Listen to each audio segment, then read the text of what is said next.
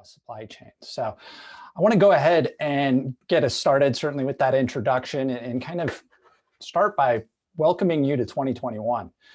We spent so much of the past year in obvious discomfort. There was a lot of things happening in the world, COVID-19, and the variety of things that we faced with. In our individual lives, it was really, really easy for us to take those 4 digits of 2020 and say that, well, that X happened because it was 2020. Well, as we looked into 2021, kind of feels the same. We're still in the same places. We're still looking at the same uncertainties. We're trying to figure this out. And as we're excited that 2020 was over, we then saw what was ahead, 2021 and beyond. And we saw that there's still a lot out there. What we need to understand is that supply chains over the past 20 years and even longer, the history of the industry as a whole, have withstood several major disruptions. And these are just a few of the things that we've seen going back to 2020. Y2K, the avian flu, the swine flu, H1N1, hurricanes, tsunamis, volcanic eruptions, wildfires, policy issues, trade wars. All of these types of things are the types of instances that supply chains have been dealing with throughout. And so COVID-19 was the biggest disruption in terms of the human experience. And ultimately, all of us felt it in some way or another. And many felt that in devastating ways. What we need to understand as supply chains is that this is something that we have to deal with going forward. And if we look at some of the things being written, we look at something like this. This came from Gartner, and you can see some of the phrases and some of the terms that have already been talked about today, the things that you read about, you hear about constantly. That middle of the second line is more resilient to future catastrophes. Designing products with flexibility in supply and manufacturing. Long-term alternative sources, push more robust and funded risk management, sense and respond, all of those types of things. What you need to know is this was actually written in March of 2011. It's almost a decade old. So the things that we're talking about today and throughout the course of 2020 and beyond aren't necessarily new to supply chain. And we're trying to figure out the right ways to do that. And what we've found in talking to executives and talking to leaders across the supply chain community is that they feel that these priorities still exist. This is part of an IDC Kinaxis study that was completed at the end of 2019, so pre-COVID. So you see supply chain resiliency was a top priority for nearly half of the respondents in the next year. So that would have been 2020. With COVID and with all of the events of 2020, we suspect that that might have actually been higher.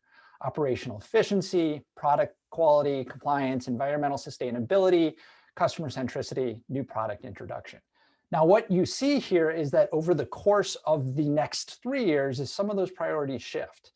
And as we understand what we're trying to do, supply chain is really, really good about dealing with what's in front of us. So many of us that grew up in supply chain knew that there were fires to fight, duct tape to be applied, and diving catches to be made. That's where supply chain has grown up. And we're looking to how to build those priorities going forward and what that will mean for our businesses. Oops.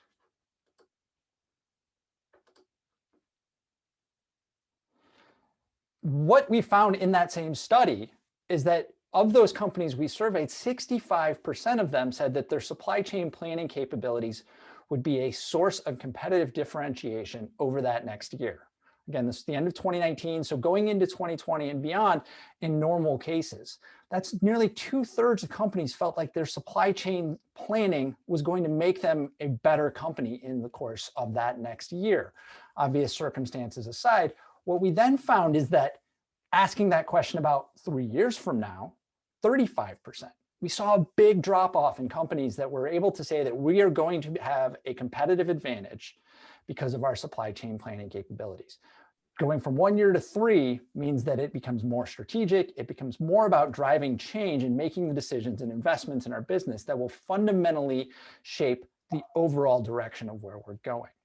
So the companies that were likely in that 35% were those that were the farthest along, or at least self-assessed to be the furthest along in that supply chain transformation journey. And what that meant is that the companies that have perpetually invested had looked for ways that they were developing their supply chain strategies that gave them the chance to further invest. Those that have experimented, figured out what worked and didn't work, made the decisions years ago, put them in the position to be successful.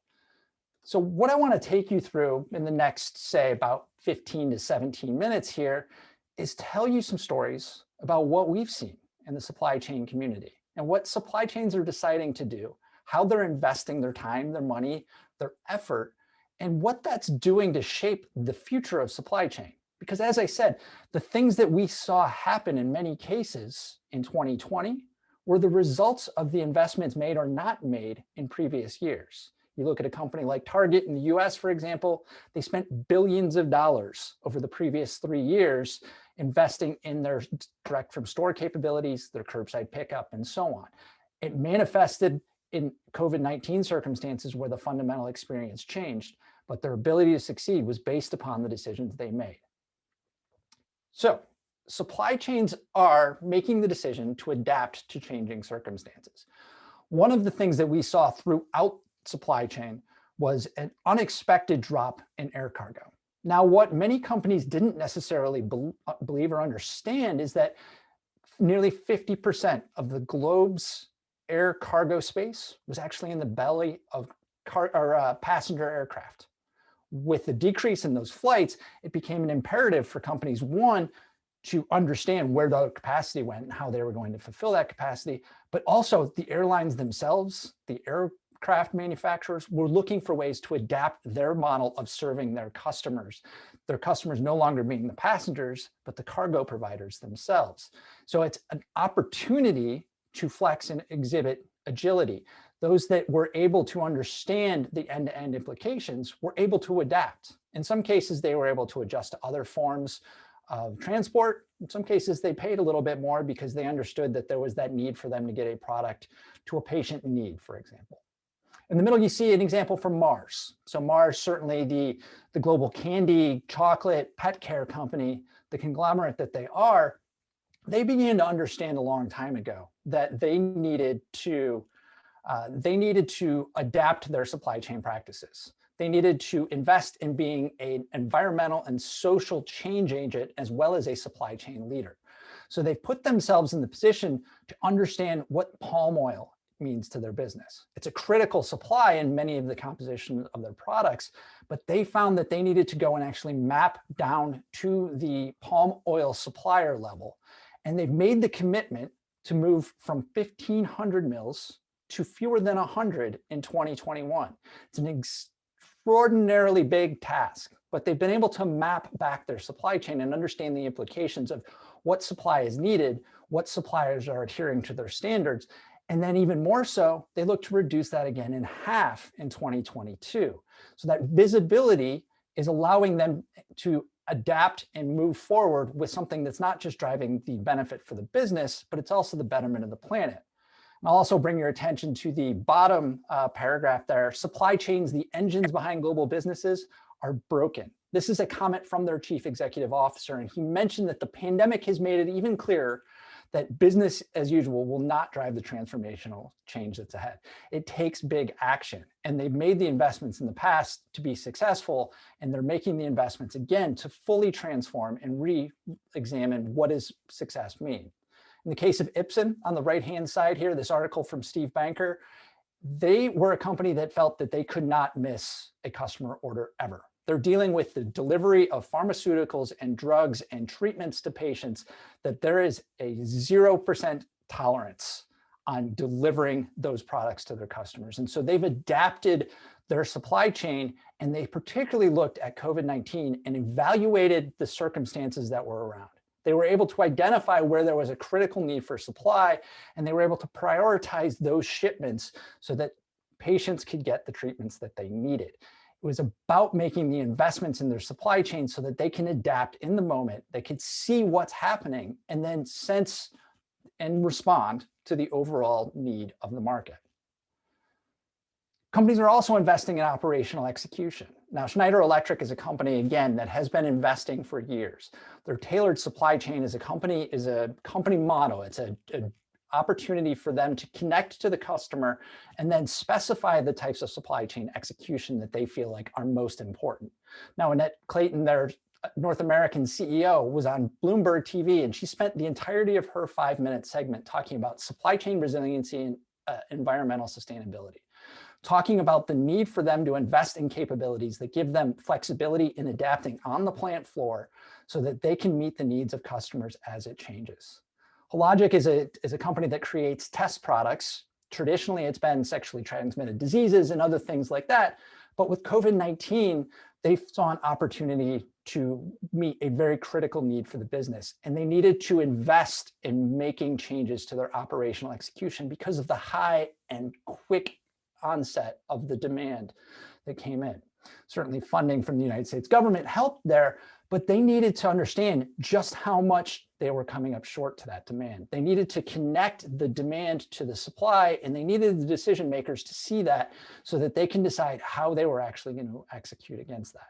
In some cases, they actually looked at the office space that was now vacant and determined that that was an opportunity for them to use that empty space to actually produce product. They adapted their capability as flex space, and they moved it in the position where they were able to help, again, meet a critical need across the supply chain community. Unilever certainly is a company that has been perpetually investing, and they've been perpetually at the forefront of Gartner's supply chain top 25. And there's a company that's been out in front of many of these things. What they are not doing is resting. They're continually transforming their business. On the left-hand side, you see a graphic from their Chief Supply Chain Officer, Mark Engel's presentation to their investor event in 2019. It's available on YouTube. This graphic's available off the Investor Day website in Unilever. It's part of the entire slide deck, and I do recommend that you go hear what Unilever was doing. What they've identified were critical pillars to their business, and they've identified not just what they need to do well right now, but what they need to continue to do.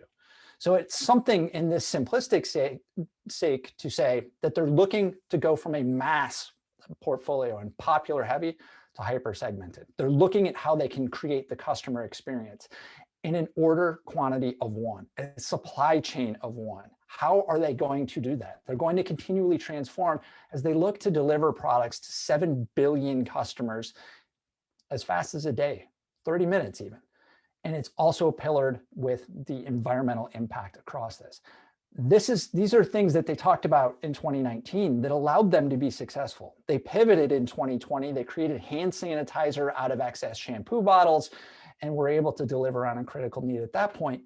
And in July, this article from Supply Chain Dive came out where Mark Engel again says the agility beats forecasting.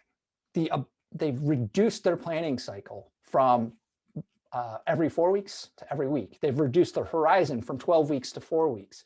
They've put themselves in the position, or 13 weeks to 4, they've put themselves in position to make decisions based upon what's most important to them right now. They understand the overarching strategy of their business, and they understand that the adaptability that they need is going to come from the decisions that they're making right now. It's a continual adaptation that they're seeing throughout the course of their business. And it's something that put them in the position to be successful historically, but that mindset combined with the technology and the people in the process is putting them in the position to adapt to everything that's coming forward in these most unique of circumstances. Jabil is a producer of a variety of high-tech componentry, and it's a company that believes in a data culture. And a big part of that is the integration of the digital technologies, the operational technologies, the planning technologies to pull it all together. This is a piece by their IT director you can see here, but they are looking at the way that they can combine data, people, process, and technology. These are decisions that they made a few years ago. And in the case of what they did to respond is that they understood what those capabilities were, and they understand where they had exposure in their business. They understood where they need to invest in new technologies to increase their capacity, and where that they can adapt their business in the case of producing masks and ventilators in 3D printing devices in their manufacturing sites. So it's not just the opportunity to drop a piece of technology in and hope that everything gets better, but it's ingraining this throughout the course of their entire culture and really giving them the chance to be successful. Because in this case, it's about having the data that gives you the insights. It's about using the technology to identify what's most important, and it's then empowering the people to make those decisions. Ultimately, this isn't a black box of supply chain. It's the people making the decisions. And that's one thing we saw throughout the course of the pandemic, is that people were incredibly resilient. As difficult as these times were, individuals were finding a way to partner with other individuals. We saw that there was increases in collaboration. We saw that the ways that companies worked together using the information that was there put them in the position to drive new insights. Whether you want to say 5 years of advancement in 5 weeks or 3 years in 3 months or whatever terminology there is, it's about putting that cultural piece together and empowering people to act on it.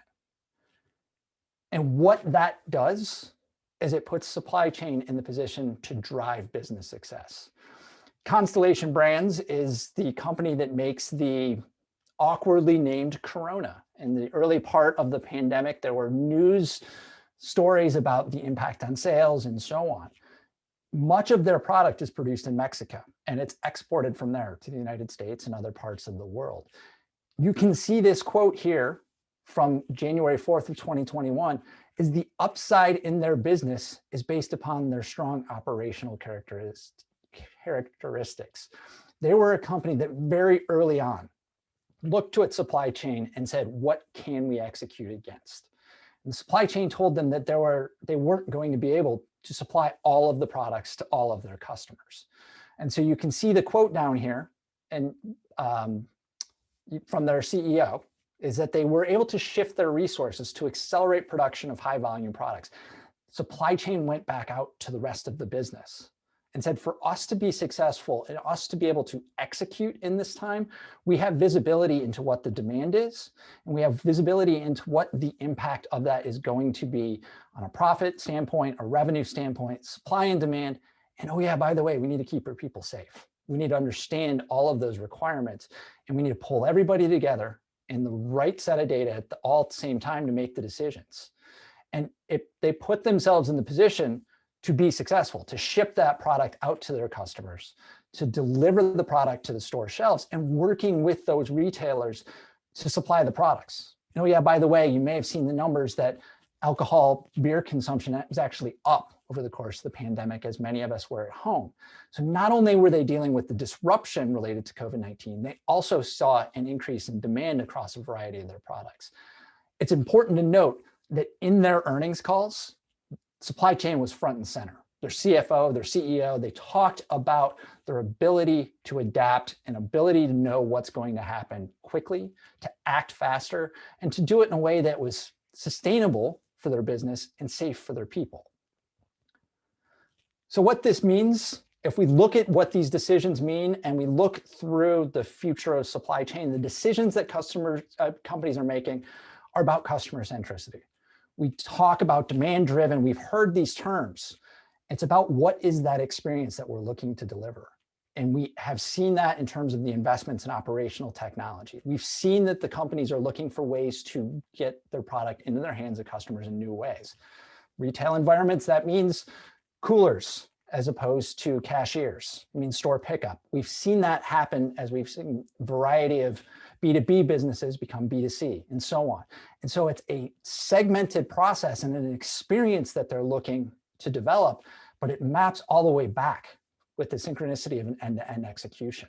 Being able to see what happens when your demand changes and how that impacts your supplier with the snap of a finger, it's so important to tie together not just visibility as a standalone or planning or execution, but to see all of those things, to be able to test those scenarios out, to know where you're exposed, and to be able to make the decision and execute upon it.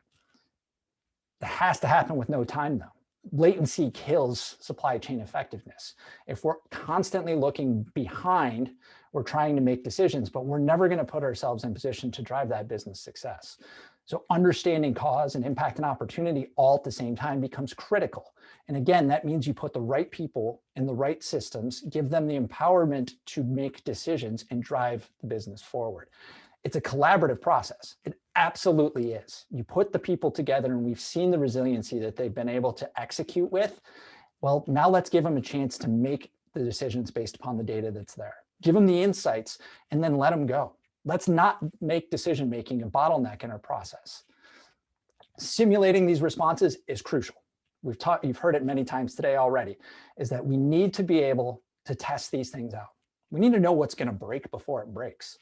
And simulation isn't about understanding every possible scenario, everything that could possibly go wrong, but it's about understanding what's most likely to happen, what's going to be the highest impact, and what are the solutions that we can approach. If X event happens, if pandemic happens, what are the 3 things we can do? We can shut down, we can ramp up, we can shift production. These are the types of things that companies are needing to evaluate as they simulate, is to see what works and what doesn't, so that they give them a chance to actually make the right decision going forward, not just in the moment, but for the future. And then it becomes about trying to understand what's happening in the moment. You saw the example from Unilever. You saw their shift in planning horizons. Agility is about being able to make a good decision. What's the technology, what demand sensing, what machine learning, what are these things going to do for your business? They're crucial to taking some of that busy work, that repetitive work, those things that are distracting people from the high value work, and put them in the position to actually make the decisions, because things are happening so quickly. That forecast from 2 years ago probably doesn't work when you're looking at 2020. So understanding those things and how things are changing, what the alerting is, and what those cause and effect implications are. That's where the future of supply chain is going. And these are the things that companies are investing in now. These are the things that companies have decided on to put themselves in position to be successful now. And these are the things that those companies that say in 3 years, they're still going to have a supply chain that makes them a competitive differentiator in the market. So I'll stop there and open up the floor to questions. Certainly have enjoyed the session so far, and really appreciate the things that my peers have said, and certainly I'll be on the panel as well at the end of the session. So I'll